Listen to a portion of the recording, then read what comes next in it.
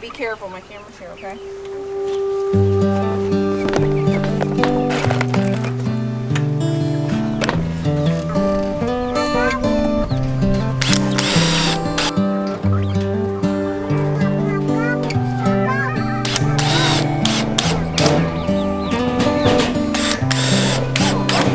On a baby chicken feather, huh?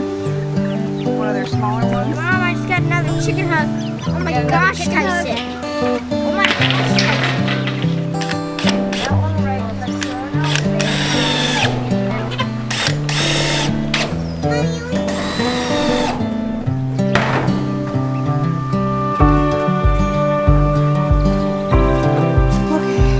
The highest chicken in the world.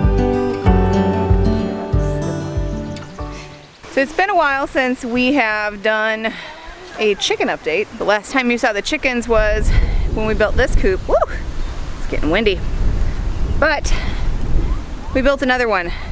So the speckled Sussex that we have are in here.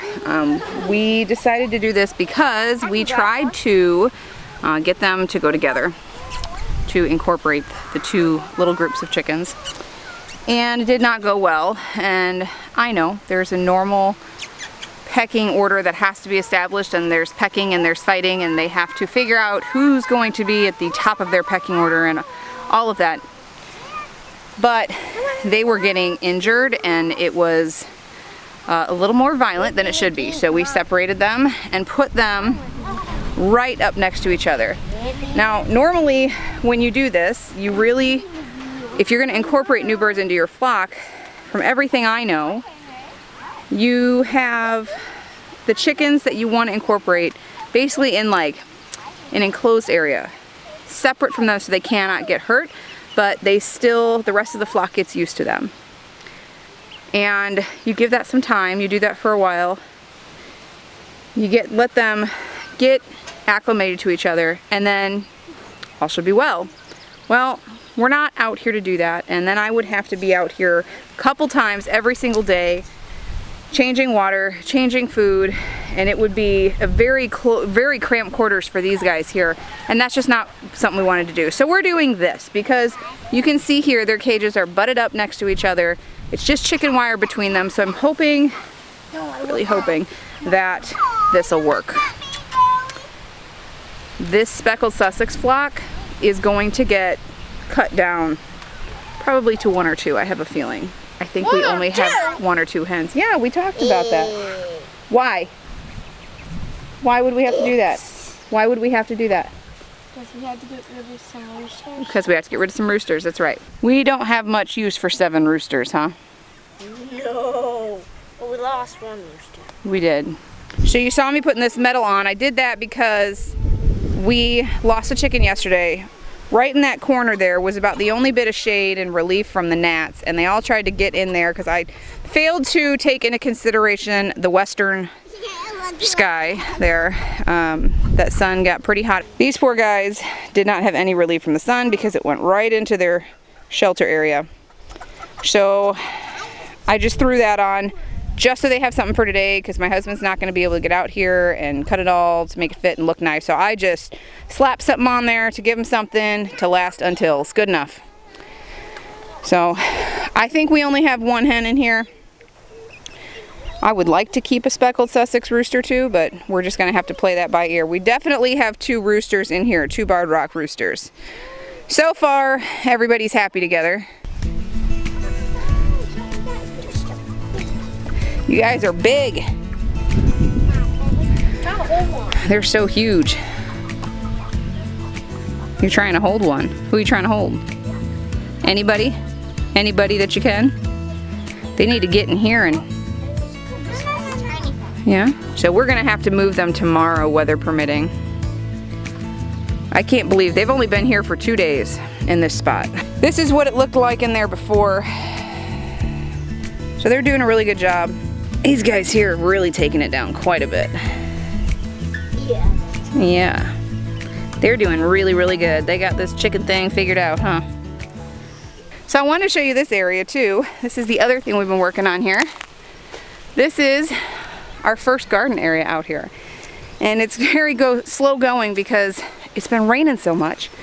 right here I've got a row of sunflowers, which I'll walk down, we'll see what's popping up. And here's our pumpkin patch. I did notice right away, I had 2 loofah plants on the end. Something ate them, they died. So I might replant those. We might just not have loofah this year, I don't know. But look what else, pear trees. That is a moon glow, and that is an iris. We're gonna put a Bartlett in the middle, so they'll be about 15 feet apart each. And then we've got the raised beds. I don't have anything in there yet.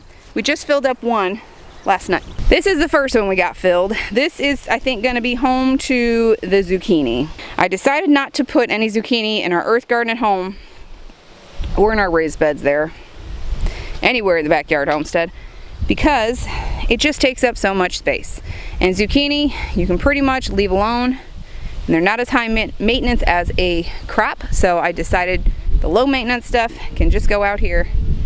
They're pretty low maintenance. It's low maintenance enough so that when we're here, I can tend to it, but it's definitely not gonna need attention every single day. But this is what they look like underneath. I did not just fill up that 27-inch raised bed with soil. That would be ridiculous. So this is what they look like underneath. Oh, don't do that, that's sharp. So we've got all the logs and branches and brown matter here.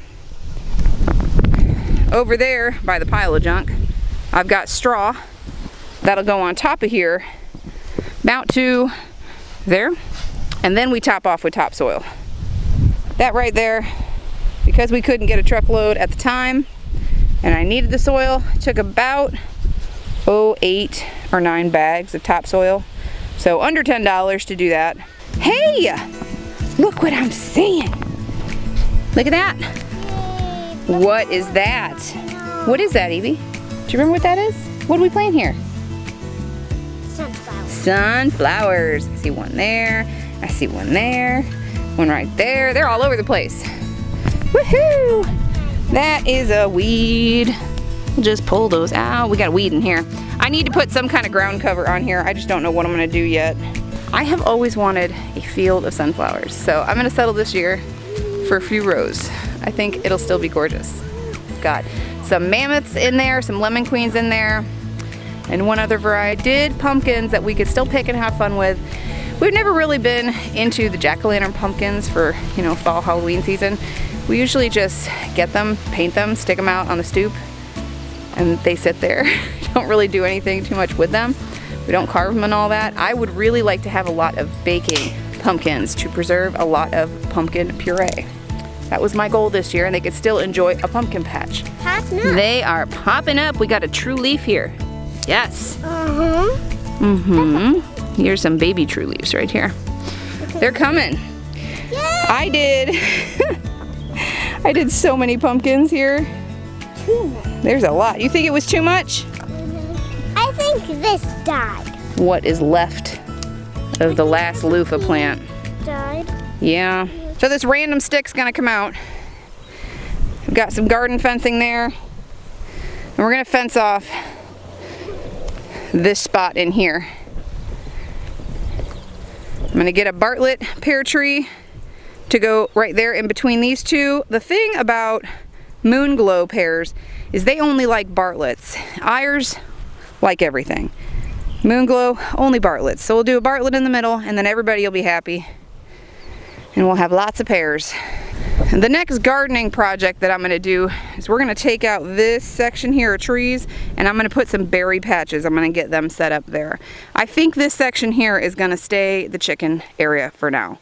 They're gonna get rotated through there and really work on that soil, because right now that soil is so bad.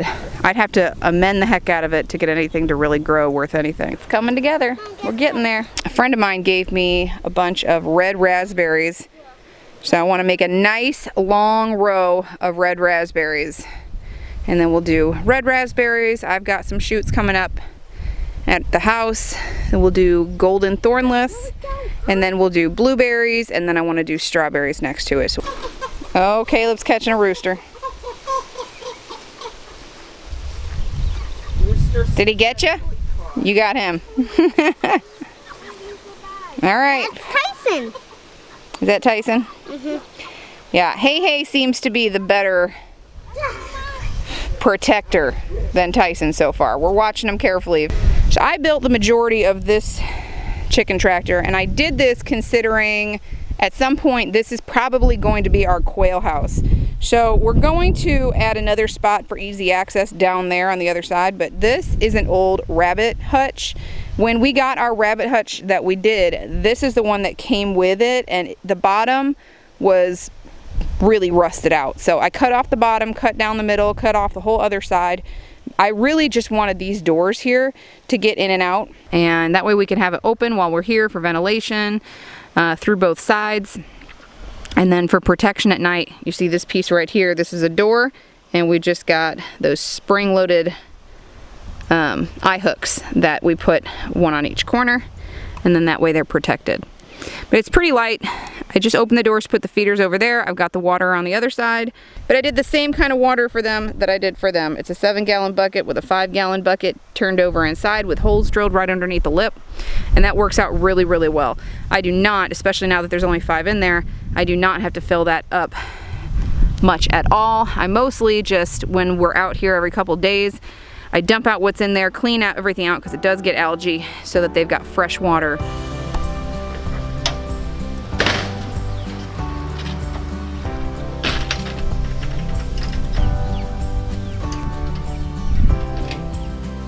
So that's pretty much it. It's locked up, it's good and tight.